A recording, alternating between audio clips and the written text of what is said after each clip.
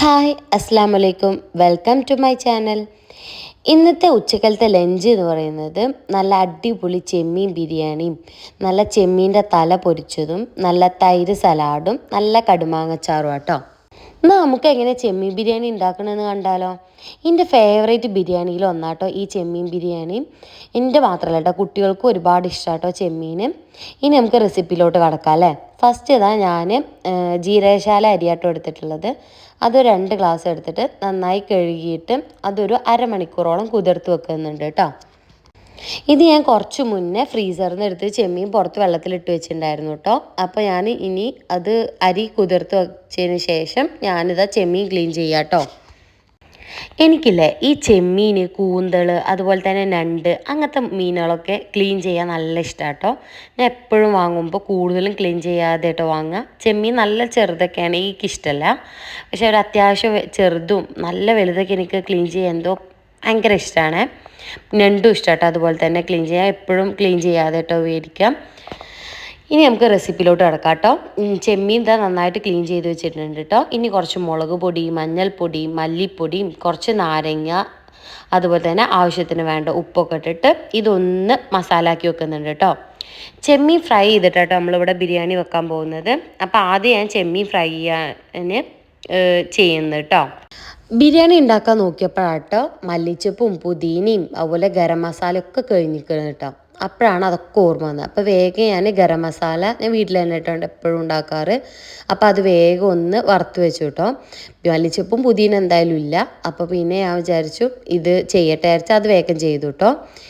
എന്നിട്ട് ഞാൻ ഇതാ ചെമ്മീൻ ഫ്രൈ ചെയ്യാട്ടോ. കുറച്ച് നെയ്യും അതുപോലെ തന്നെ കുറച്ച് വെളിച്ചെണ്ണ ഒഴിച്ചിട്ട് അതിലാട്ടോ ഫ്രൈ ചെയ്യുന്നത്. ഞാനിവിടെ നെയ്യ് ഉപയോഗിച്ചിരിക്കുന്നത് അസീലിൻ്റെ നെയ്യാട്ടോ. അത് നല്ലതാട്ടോ. ഞാൻ ഇപ്പോൾ 2-3 ഐറ്റം ഇങ്ങനെ യൂസ് ചെയ്തിൽ വെച്ചിട്ട് ഒന്നുകൂടെ ഇഷ്ടമായ ഒരു ഐറ്റം ആട്ടോ ഇത്. ഇനി ഇതാ ചെമ്മീൻ അവിടെ ഫ്രൈ ആവുന്നുണ്ട്. അപ്പോഴേക്ക് ഇതാ ഞാൻ ഇപ്പുറത്ത് ഞാനിതാ ഒരു ചട്ടി വെച്ചിട്ട് ചോറ് ഉണ്ടാക്കാൻ നിൽക്കുക കേട്ടോ. ഫസ്റ്റ് ഇതേപോലെ കുറച്ച് നെയ്യും വെളിച്ചെണ്ണയും ഒഴിച്ചു കൊടുത്തിട്ട് കുറച്ച് സ്പൈസസ് ഇട്ട് കൊടുക്കുന്നുണ്ട്. ശേഷം നമ്മൾ അരമണിക്കൂർ മുന്നേ കുതിർത്ത് വെച്ചിട്ടുള്ളത് അത് അരി ഇട്ട് കൊടുത്തിട്ട് ഒന്ന് വറുത്തെടുക്കുന്നുണ്ട് കേട്ടോ. അരി നമ്മൾ വറുത്ത് കഴിഞ്ഞാൽ അത് ഒന്ന് വല്ലാതെ ഒട്ടിപ്പിടിക്കാതെയും വിട്ട് വിട്ട് നിൽക്കണ പോലൊക്കെ തോന്നും കേട്ടോ. അപ്പോൾ ഞാൻ എപ്പോൾ നെയ്ച്ചോറ് ഉണ്ടാക്കുമ്പോൾ ഒന്ന് വറുത്തിട്ടാട്ടോ റൈസ് ഉണ്ടാക്കാറ്.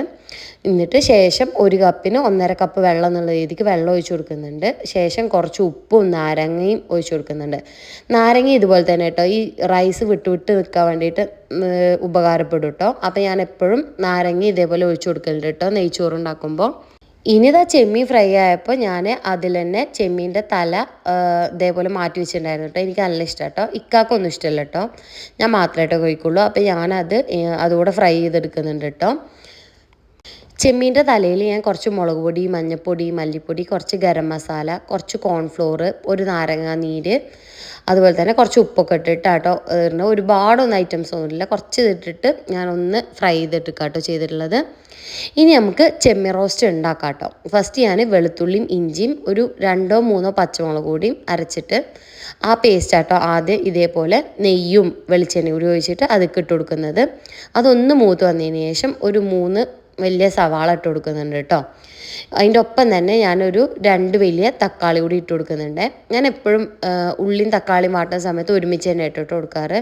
ഉള്ളി വാടിയിട്ട് തക്കാളി ഇട്ട് കൊടുക്കാനൊന്നും നിൽക്കില്ല കേട്ടോ. രണ്ടും കൂടി ഒരുമിച്ചാട്ടോ ഞാൻ വാട്ടിയെടുക്കലും. പിന്നെ കുറച്ച് ഉപ്പ് കൂടെ ഇട്ട് കൊടുക്കുന്നുണ്ട് കേട്ടോ. അതാകുമ്പോൾ പെട്ടെന്ന് വഴണ്ട് വരും വിചാരിച്ചിട്ട്. പിന്നെ ഉള്ളിയും തക്കാളിയൊക്കെ നന്നായി വഴണ്ട് വരണം കേട്ടോ. നന്നായിട്ട് ഉള്ളിയും തക്കാളിയും വഴണ്ട് വരുമ്പോൾ ഒന്നുകൂടി ടേസ്റ്റ് ഉണ്ടാവും കേട്ടോ ബിരിയാണിക്ക്. നന്നായി വഴണ്ട് വന്നതിന് ശേഷം ഞാൻ മസാലകളായിട്ട് മുളക് പൊടി, മഞ്ഞൾപ്പൊടി, മല്ലിപ്പൊടി, കുറച്ച് ഗരം മസാലയും മീറ്റ് മസാലയും ചിക്കൻ മസാലയും കൂടി ഇട്ട് കൊടുക്കുന്നുണ്ട് കേട്ടോ. എന്നിട്ട് അതൊന്ന് മൂത്ത് വന്നതിന് ശേഷം നമ്മൾ നേരത്തെ ഫ്രൈ ചെയ്ത് വെച്ചുള്ള ചെമ്മീൻ ഇട്ട് കൊടുക്കുന്നുണ്ട് കേട്ടോ. ഇനി ലാസ്റ്റ് നമ്മൾ നേരത്തെ വെളുത്തുള്ളി ഇഞ്ചിയൊക്കെ മസാല ആക്കിയിട്ടുള്ള ആ മിക്സഡ് ജാറിൽ അതിൽ കുറച്ച് വെള്ളം കൂടി ഒന്ന് ചുവറ്റിയിട്ട് അതുകൂടി ഒഴിച്ചു കൊടുക്കുന്നുണ്ട്. മസാലകൾ അങ്ങോട്ടും കൂടി നന്നായിട്ട് പിടിക്കാൻ വേണ്ടിയിട്ട് അതുകൂടി ഒന്ന് ഒഴിച്ചിട്ട് ഒന്ന് വറ്റിച്ചെടുക്കുന്നുണ്ട് കേട്ടോ. നിങ്ങൾ വിചാരിക്കുന്നുണ്ടാവും മീൻ ഉണ്ടാക്കണതിൽ എന്താ ഈ മീറ്റ് മസാലയും ചിക്കൻ മസാലയൊക്കെ ചേർത്തേക്കണമെന്ന് കേട്ടോ. അത് നല്ല അടിപൊളി ടേസ്റ്റ് ആട്ടോ. ഈ ചെമ്മീൻ ഞണ്ടൊക്കെ ഉണ്ടാക്കുന്ന സമയത്ത് നമ്മൾ കുറച്ച് മീറ്റ് മസാലയും ചിക്കൻ മസാലയും ഇട്ട് കൊടുത്താൽ നല്ല ടേസ്റ്റാണ്.